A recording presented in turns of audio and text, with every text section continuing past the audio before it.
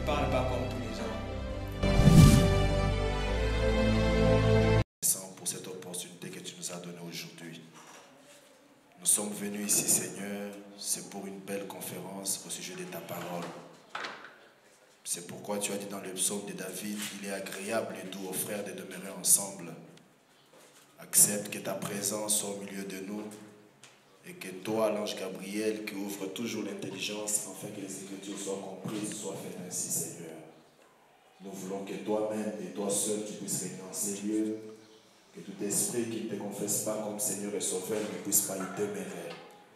Accepte que toi, le Seigneur Jésus-Christ, tu sois le maître de tout, du début à la fin. Assiste les orateurs, Père éternel, assiste aussi nous qui vont suivre cette belle conférence, que nous puissions comprendre encore une fois cette parole. Comme le prophète a dit que lorsque la parole de Dieu sort, le Saint-Esprit la prend et la place dans les cœurs des êtres humains selon les besoins. Est-ce que nous puissions exactement comprendre ces choses parce que c'est important pour notre vie spirituelle. Nous avons ainsi prié, sachant que tu nous as exaucés. Au nom du Seigneur et Sauveur Jésus-Christ, lui qui est la parole loin de ces derniers jours. Amen. Que le Seigneur te bénisse, comme on est largement en retard, on va essayer de présenter qui a comme but. Le but de Cat Division est établi sur 3 volets. En fait, le premier volet, c'est celui de partager la parole, de partager la connaissance, d'étudier la parole ensemble. Ce n'est pas une église, ce n'est pas une association, ce n'est pas un groupe. Il n'y a pas d'église, il n'y a pas de pasteur, il n'y a pas de président, il n'y a pas une hiérarchie quelconque, mais c'est juste un rassemblement de croyants du message où on en partage. L'on étudie, parce que c'est une recommandation du prophète, on nous recommande de sonder les Écritures, étudier la parole à fond. Et le deuxième volet, c'est celui d'évangélisation. Nous partageons la parole par les brochures, par l'écoute des bandes. Aussi, le troisième volet, c'est les œuvres caritatives. Nous pouvons consoler les malades, les prisonniers et autres. Alors, sans pour autant tarder, nous allons passer au premier intervenant, comme nous sommes déjà largement en retard. Je pense qu'il va aussi essayer de ne pas trop prendre du temps pour passer à l'étape de questions-réponses, qui est vraiment l'étape la plus importante. Et aussi, je demanderai à ce que les gens qui auront des questions puissent le noter pendant que l'intervenant est en train de faire son exposé. Et juste après, nous allons prendre la première série de questions. Ça sera juste 5 questions concernant le premier intervenant. Et après, le deuxième intervenant va passer. On va aussi prendre des questions. Et après tout ça, on va passer aux questions-réponses avec le premier intervenant qui va essayer de répondre. On va essayer de passer à la première question du premier intervenant, la première question du deuxième intervenant, jusqu'à ce qu'on aura épuisé toutes les questions qu'il y aura. Je vous demanderai juste d'avoir de l'attention par rapport à ce qui va se passer. Là, je vais directement appeler le premier intervenant. Il va passer, c'est Josué Lebon. Il va passer faire son exposé. Nous allons essayer de parler par rapport à ce que nous avons aussi découvert en faisant des études dans le message. Le titre de la conférence, c'est une question qui a été posée parce que au paragraphe 127 de la prédication l'enlèvement, Frère Branham dit que l'enlèvement se passe entre 6h et 7h un certain matin. Je n'aimerais pas lire toute la citation vu qu'il n'y a pas le temps et puis le projecteur ne passe pas, on n'a pas pu mettre à cause de la lumière. Alors, Frère Branham dit que l'enlèvement se passe entre 6h et 7h ou 6h et 9h un certain matin. Alors, avant de commencer, j'aimerais dans mon introduction dire ceci. William Branham est un prophète et un prophète ne parle pas comme tous les hommes. Un prophète, quand il parle, il a un langage spécial. C'est comme Jésus quand il disait détruisez ces temples et je les rebâtirai dans 3 jours. Il avait les yeux fixés sur les temples. Les gens charnels qui étaient là pensaient qu'il parlait du temple alors qu'il était en train de parler de sa chair. Donc, un prophète, son langage est difficile à comprendre pour ceux qui sont charnels. Et dans cette citation, William Branham, en étudiant à fond, William Branham ne veut pas parler des 6 heures, parce que 6 heures de l'heure naturelle, parce que tous les pays, toutes les régions n'ont pas le même fuseau horaire. Pendant que nous sommes la journée, de l'autre côté, ils sont pendant la nuit. Alors, 6 heures, c'est le lever du soleil. Parce que William Branham dit que la nature, le système solaire tout entier, parle de la parole de Dieu. Il dit ça dans Montre-nous les Pères, et cela nous suffit, au paragraphe 16. Il dit, je me demande comment un homme qui est dans son bon sens pourrait se représenter une distance de 120 millions d'années-lumière et ces étoiles qui tournent et leurs orbites. Qu'est-ce qui se tient là-haut? Comment expliquer qu'ils peuvent prévoir les moments des éclipses de la Lune et du Soleil 20 ans à l'avance, de façon si parfaite que ça ne rate même pas d'1 minute? Tous les systèmes solaires œuvrent en parfaite harmonie avec Dieu. Vous n'avez pas besoin d'aller très loin pour voir Dieu. Et William Branham, je ne vais pas lire parce qu'en lisant, je vais prendre beaucoup de temps. William Branham dit que le soleil, c'est l'époux, c'est Christ. Et l'épouse, c'est la lune. L'église, c'est la lune. En l'absence du soleil, c'est la lune qui prend la relève. Mais la lune reflète la lumière du soleil. Et c'est pour cela William Branham dit que quand Christ est parti, c'était les âges de l'église qui ont commencé. Et pendant les âges de l'église, il a représenté ça par la lune. C'est pour cela, si vous avez les livres des exposés, vous verrez que les 7 âges de l'église sont représentés par 7 phases de la lune. Et le lever du soleil, 6 heures, c'est le lever du soleil. Le lever du soleil, c'est le retour de Christ. Je vais essayer de donner la réponse dans mon introduction. Cette prédication, l'enlèvement, Frère Branham a prêché ça à 2 semaines de sa mort, mais il n'a jamais expliqué cette citation. Mais lorsque j'ai fait mes études, j'ai trouvé qu'il a donné la réponse en 1955. Dans la prédication, la communion par la rédemption, parce qu'il y a des gens qui pensent que c'est 6 heures du matin, un matin quelqu'un se réveille et l'enlèvement est arrivé. Dans la communion par la rédemption, au paragraphe 17, c'était prêché le 3 avril. Le dimanche prochain, il devait y avoir un service du lever du soleil. William Branham dit, nous aurons un service du lever du soleil qui commence de 5h à 6h, je pense, ou quelque chose comme cela. Et puis il pose la question, à quelle heure s'élève le soleil? L'assemblée répond à 6h. Lui aussi répond 6h. Et au paragraphe, quand il essaie d'avancer, je saute un peu, au paragraphe 45, il dit « Et nous attendons un autre lever du soleil, la venue du Seigneur Jésus, une seconde fois dans la gloire. » Donc ici, nous voyons déjà que le lever du soleil, c'est le retour de Jésus-Christ, l'époux. Maintenant, je vais essayer de montrer, parce que William Branham dit que l'enlèvement se fera un matin.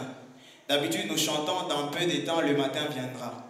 Dans peu de temps, le matin viendra. Ceux qui ont composé ces cantiques savaient qu'un jour, le matin allait venir. Ils étaient pendant les âges de l'Église. Maintenant,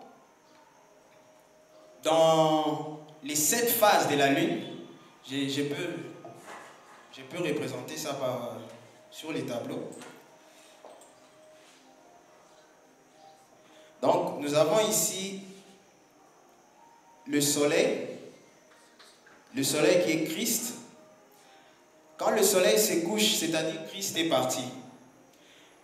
C'est le coucher du soleil. Nous avons maintenant les 7 phases. Frère Branham a dessiné les 7 âges de l'église comme des chandeliers et puis il y avait la lune ici. Donc, il dit que ce sont les 7 âges de l'église. Et au 7e âge de l'église, quand le 7e âge de l'église se termine, le soleil doit réapparaître. Mais il dit que le 7e âge de l'église, c'est un âge compliqué. Pourquoi? Parce que lorsque le soleil est sur le point de s'élever, la lune devient plus pâle. Donc, les ténèbres deviennent encore plus sombres avant l'élevé du soleil.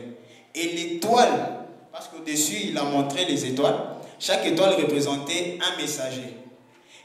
Et l'étoile qui annonce la venue du soleil, c'est l'étoile la plus brillante. Voilà pourquoi le 7e messager, c'est le messager le plus grand de tous les messagers, comme il a expliqué dans les âges de l'Église. Alors, Frère Branham dit que l'enlèvement se passe le matin. Mais quand Jésus a dit dans la Bible, il a dit, il viendra comme un voleur dans la nuit. Déjà, il y a un contraste. Parce que Branham dit que quand l'enlèvement se fera, il dit dans beaucoup de citations, ça se fera comme un voleur dans la nuit. Je n'ai pas le temps de lire ça. Et d'autre part, il dit que ça se fera le matin. Donc, il y a déjà un contraste. Or, Dieu ne se contredit jamais.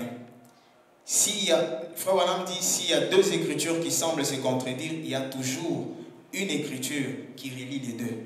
Maintenant, je vais rentrer dans la Bible. Je vais essayer de rentrer dans la Bible pour montrer qu'est-ce qui se passe. Pourquoi la nuit et le matin au même moment? L'enlèvement est un lever du soleil, mais il y a une partie de l'église qui est dans la nuit. Ils ne vont pas voir. Parce que William Branham dit quand l'enlèvement se passe, ce n'est pas tout le monde qui voit. Ça se passe pendant la nuit, dans l'obscurité. Il a donné l'exemple de Roméo et Juliette. Roméo était venu prendre Juliette pendant la nuit. Il était venu prendre Juliette pendant la nuit. Alors, quand nous rentrons dans la Bible, il y a quelque chose. Dans Ésaïe, je me suis beaucoup focalisé sur le prophète Ésaïe. Ésaïe dit, dans Ésaïe 21, verset 11, il dit, « Oracle sur du mât, on m'écrit de Séhir, sentinelle, que dis-tu de la nuit ?» La sentinelle répond, « Les matins viennent et la nuit aussi. Si vous voulez interroger, convertissez-vous et revenez. » Alors, William Branham dit, dans la prédication « Sentinelle, qu'en est-il de la nuit ?» et « Sentinelle, que dis-tu de la nuit ?» Il a prêché ça 2 fois. Il dit que la sentinelle qui est à la tour, c'est le 7e messager. C'est lui qui voit la venue du Seigneur. Et quand il est là, il nous dit que le jour vient, la nuit aussi, ensemble. Quel est ce phénomène qui peut faire en sorte que le soleil s'élève, mais malgré le lever du soleil, il y a obscurcissement? Frère Branham dit, la nature, c'est la parole de Dieu. Dieu a déjà tout placé dans la nature. Il y a un phénomène naturel qui se passe. Lorsque le soleil s'élève et que la terre se place entre la lune et le soleil, il y a ce qu'on appelle éclipse solaire, éclipse lunaire. Parce que la lune reçoit vous voyez, la terre est ici. Pour que la lune donne la lumière à la terre, il faut qu'elle prenne cette lumière du soleil. Maintenant, lorsque la terre, il faut qu'elle prenne cette lumière du soleil. Lorsque la lune vient s'interposer, Lorsque la terre, plutôt, vient s'interposer entre la lune et le soleil, elle empêche à la lune de refléter la lumière. Voilà pourquoi William Branham, quand il a enseigné les 7 âges de l'église, il a dessiné comme ça. Et lorsque Dieu a montré ça dans le ciel, le jour où les papes, Paul VI, le premier pape allait à Jérusalem, quand il est allé à Jérusalem, on a pris des photos de la lune. La lune s'est assombrie pendant plusieurs phases. Et il y a eu 7 photos. À la 7e photo qui représentait le 7e âge, la lune correspondait à un obscurcissement total. Parce qu'il y avait eu éclipse à cause de la visite du pape à Jérusalem. Les papes représentent l'ennemi de l'église. Voilà pourquoi dans Ésaïe, je vais rester dans la Bible, Ésaïe au chapitre 13, versets 9 et 10, il dit: voici le jour de l'Éternel arrive, jour cruel, jour de colère et d'ardente fureur, qui réduira la terre en solitude et en exterminera les pécheurs. Car les étoiles des cieux et leurs astres ne feront plus briller leur lumière. Et il dit: le soleil s'obscurcira dès son lever, et la lune ne fera plus luire sa clarté. Dans Ésaïe 13, 10. Donc, le jour de l'Éternel viendra, le soleil va s'élever, mais il ne va pas donner la lumière. Il ne va pas donner la lumière, pourquoi? À cause de l'éclipse. Maintenant, dans Malachie 4, notre chapitre que nous connaissons tous, on parle encore du jour de l'Éternel. Mais ici, le rôle du soleil change. On dit: mais pour vous qui craignez mon nom, s'élèvera le soleil de la justice, et la guérison sera sous ses ailes. Donc, il y a une partie des gens qui sont pendant la journée, qui voient le lever du soleil, et il y a une partie des gens qui sont la nuit. Ce sont les gens qui sont dans l'âge de la Odyssée, eux sont pendant la nuit. Il dit ça dans Sentinelle, qu'en est-il de la nuit? Au paragraphe 96, il dit: le matin vient et la nuit vient aussi. Il dit: le matin vient pour ceux qui sont prêts pour le matin, et la nuit vient pour ceux qui ne sont pas prêts pour le matin. Pour ceux qui ne sont pas prêts pour le matin. Maintenant, dans Shalom, Frère Branham dit: lorsque les enfants d'Israël étaient en train de partir en quittant l'Égypte vers leur patrie, il y avait la nuée de gloire. Quand la nuée de gloire s'interposait entre l'Égypte et Israël, elle amenait les ténèbres du côté de l'Égypte. Et le côté d'Israël était éclairé. Il dit ça dans Shalom. Il dit: pourquoi?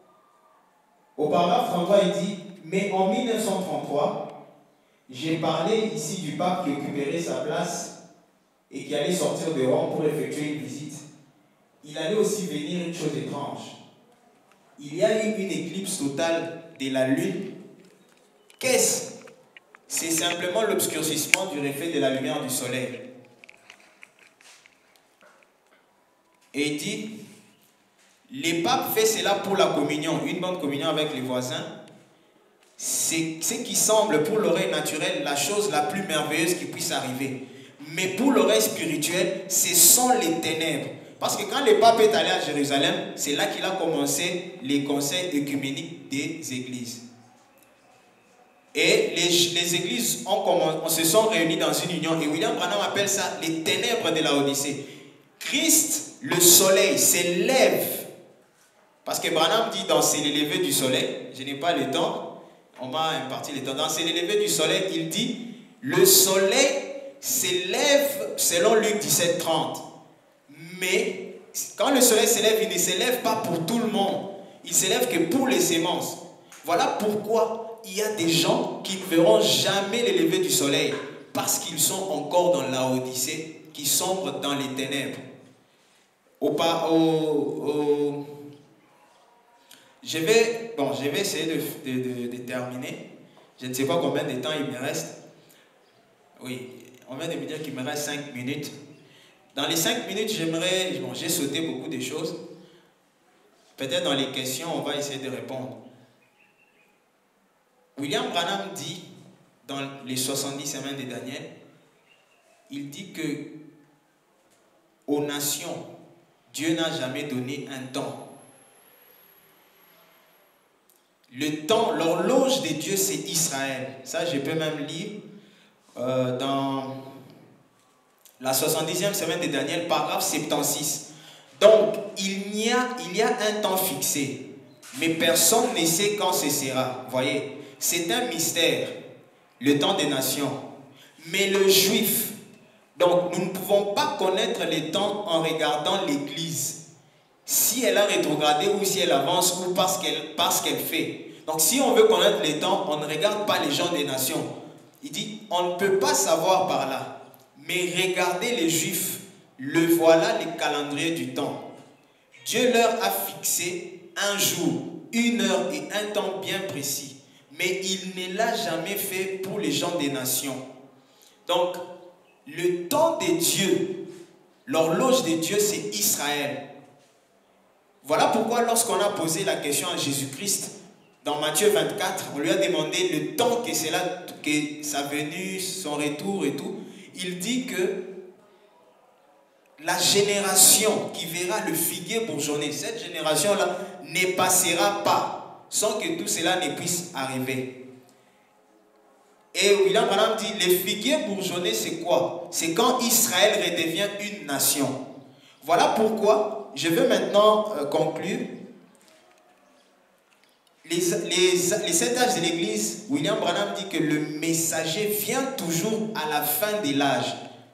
Dans l'âge de l'Église, la prédication de l'âge de l'Église de la Odyssée, quand on voit le messager qui vient, c'est-à-dire que l'âge de l'Église est arrivé à la fin. C'est pour cela, lorsque William Branham était troublé par les visions, on lui disait que c'était un magicien, un sorcier, bon, c'était la sorcellerie. Il est allé pour prier en 1946. Lorsque Branham est allé pour prier, le 7, c'était le 6 mai 1946, le jour où l'ange du Seigneur lui est apparu à Greens Mill, c'était le 7 mai 1946. Lui, il était pendant la nuit. Mais en Israël, Israël venait de devenir une nation et ils disent que c'était pendant la journée. Parce que la terre tourne en direction de l'Est. Quand la terre tourne en direction de l'Est, ceux qui sont à l'Est sont en avance par rapport à ceux qui sont à l'Ouest. Et il dit dans question-réponse sur les Hébreux, il dit, saviez-vous que les drapeaux juifs est le plus ancien de tous les drapeaux du monde? Et il a sommeillé pendant 2000 ans plus que ça. Il dit, ils ont été dispersés aux 4 vents de la terre.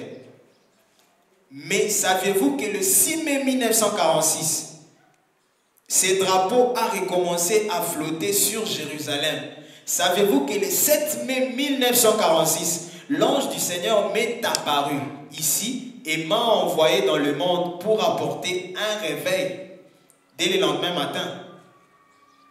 Donc, du côté des nations, parce que William Branham est le 7e messager des âges de l'Église, il était pendant la nuit et Israël était pendant la journée. C'est pour montrer que le matin, c'est pour Israël. La nuit, c'est pour les gens des nations. Parce que l'âge de la Odyssée sombre dans les ténèbres. William Branham dit, ils ne vont plus jamais voir la lumière. Maintenant, je vais finir avec cette citation. William Branham dit, c'est comme le livre que j'ai lu une fois, au paragraphe 147, il dit, c'est ce que Jésus fait. Pendant que le monde se prélasse dans le sommeil, comme le dit la Bible, virgule, l'âge de la Odyssée, il entrera furtivement et prendra 7 épouses. Alors, tous ceux qui sont ressuscités, ceux de tous les âges, ceux qui ont vécu pendant les âges, iront tous au ciel pendant qu'une partie des épouses. Alors, les jugements tomberont. L'Église dira, eh bien, attendez un instant, j'ai pensé qu'il était censé y avoir une épouse, une venue du Seigneur, ainsi qu'une épouse. Et il dit, elle est partie depuis longtemps. Vous voyez, vous n'en saviez rien du tout. Cela est arrivé secrètement. Pourquoi? Parce qu'ils sont dans les ténèbres. Et dans le seuil d'adoration, comme Madame dit, la fin de l'âge de la Odyssée produit l'enlèvement de l'Église. Maintenant, ce que nous devons savoir, c'est que est-ce que l'âge de la Odyssée est déjà terminé ou bien on est encore dans l'âge de la Odyssée? Parce que c'est une question. L'âge de la Odyssée qui est pendant la nuit, est-ce que l'âge de la Odyssée est déjà terminé ou soit nous sommes encore dans l'âge de la Odyssée? Dans qui dites-vous que si au paragraphe 120, Frère Branham dit l'âge de la Odyssée est déjà terminé? Donc, pour montrer que, pour conclure, Frère Branham, 6h et 7h, c'est le matin. Et ce matin-là, c'est le lever du soleil. Ce n'est pas un matin des États-Unis d'Amérique ou un matin de la France, ou un matin de ceci, cela. C'est le matin du lever du soleil. Mais un lever du soleil qui obscurcit les âges de l'Église, mais qui éclaire du côté d'Israël. Que le Seigneur vous bénisse.